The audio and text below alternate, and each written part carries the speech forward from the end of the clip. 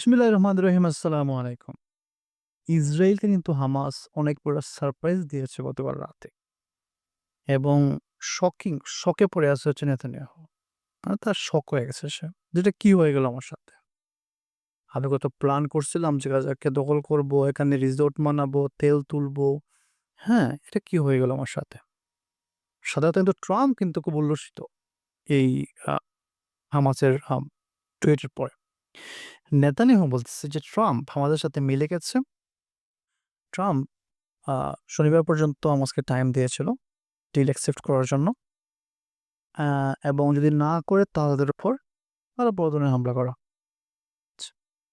রাতের শেষের দিকে আসলে হামাস একটা টুইট করে যে, "ডিলের ৯ টা পয়েন্ট নিয়ে আমাদের কোনো আপত্তি নেই গ্রহণ করতে। আমরা গ্রহণ করতেছি। আর বাকি যে ১১ টা পয়েন্ট আছে সেগুলো আলোচনা করে আমরা সমাধান করতে সক্ষম।" এই টুইটের পরই কিন্তু ট্রাম্প টুইট করে এবং তারা বলতেছে ট্রাম্প বলতেছে যে, "হ্যাঁ, হামাসকে ধন্যবাদ। এই পিস ডিলে অ্যাকসেপ্ট করার জন্য।" এবং এই ইসরায়েলের উচিত এখন বম্বিং বন্ধ করা। হামাস আরো বলতেছে যে যখনই ইসরাইল তাদের মিলিটারি থেকে উইথড্র করবে সাথে তারাও বন্দীকে মুক্ত করে দেবে এবং তারা আরো বলতেছে ডিলের আরো অনুসারে যেটা রয়েছে যে গাজা থেকে তারা চলে যাবে এবং উম মাহমুদ আব্বাসকে তারা তাদের ক্ষমতাটা হ্যান্ড ওভার করে চলে যাবে। এটার পরে কিন্তু নেতানিয়াহু পাগল হয়ে গেছে। সে বলতেছে যে ট্রাম্পের সাহস কত? সে আমাকে জিজ্ঞেস না করে আমার সাথে কথা না বলে সে টুইট করলো কেন? সে কেন অ্যাকসেপ্ট করলো এবং কেন সে এই ডিল করতে যাচ্ছে? কারণ নেতানিয়াহুর টার্গেট ছিল যে এই যাতে এই ডিলটা সম্পূর্ণ না হয়। হ্যাঁ? যাতে হামাসকে তারা দোষী হিসাবে সাব্যস্ত করতে পারে। কিন্তু এই হামাসের এক টুইটের কারণে পুরা মানে গেম চেঞ্জ হয়ে গেছে। হামাসের পক্ষ থেকে স্টেটমেন্ট দেয়া হয়েছে এবং এতে কিন্তু ট্রাম্প অনেক মহা খুশি হয়ে গেছে যে কারণ যদি সে এই ডিলটাকে সাকসেসফুলি সম্পূর্ণ করতে পারে, তাহলে কিন্তু তার উপর যে অ্যালিগেশন চলতেছে যে সে আসলে পিস মেকার না, সে হচ্ছে যুদ্ধবাজ। এই কিন্তু সরে যাবে তার উপর থেকে অ্যালিগেশনটা।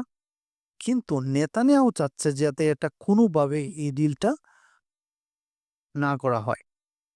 যদি এটা হয় তাহলে তাদের মিলিটারি এখান থেকে সরাতে হবে। এত পরিমাণে ড্যামেজ করছে। আবার যদি এটা থাকে ওদের কাছে কিন্তু তাদের জন্য ভালো খবর না। কারণ তারা এখানে প্রচুর পয়সা ইনভেস্ট করছে। এই যুদ্ধের জন্য অনেক টাকা খরচ করছে তারা যুদ্ধের মধ্যে। এবং নেতানিয়াহুর প্ল্যান ছিল যে এই রাজাকে পুরা মানুষকে সরিয়ে দিয়ে এখানে ওরা বিভিন্ন অ্যাপার্টমেন্ট-ট্যাপার্টমেন্ট তৈরি করবে, রিসোর্ট বানাবে। সেখানে সাগরের পাড়ে তো এবং এখানে গ্যাস তেল কিন্তু অনেক আছে এই গাজার নিচে। সেটাকে তুলবে। তারা এনজয় করবে। বিলিয়নস অফ ডলার ইনকাম করবে এখান থেকে।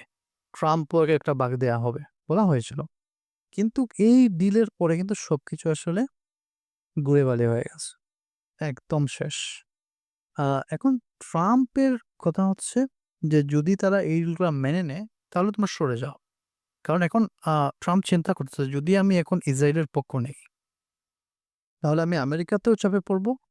সেকেন্ড টাইম ওয়ার্ল্ড ওয়াইজ তো আমার অলরেডি বদনাম হয়ে গেছে। তো এইজন্য আসলে ট্রাম্প মরিয়া হয়ে চেষ্টা করবে যাতে এই ডিলটাকে সম্পূর্ণ করা যায়। কিন্তু আসলে এদের কোনো বিশ্বাস নেই।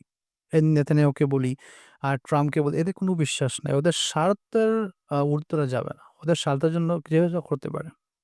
স্বার্থের জন্য ২২ লাখ মানুষ ২০ লাখ মানুষকে মেরে দিতে পারে। ওদের কোনো সমস্যা নেই এতে। ওদের কিছু যায় না। সো এটা আসলে কতটা I don't know কতটুক সাকসেসফুল হবে এটা এখনো সিওর না। কারণ নেতানিয়াহু যেরকম আচরণ করতেছে, মনে হচ্ছে না এই ডিলটাকে সম্পূর্ণ হবে সাকসেসফুলি। তো দেখা যাক। আজ এ পর্যন্ত আসসালামু আলাইকুম।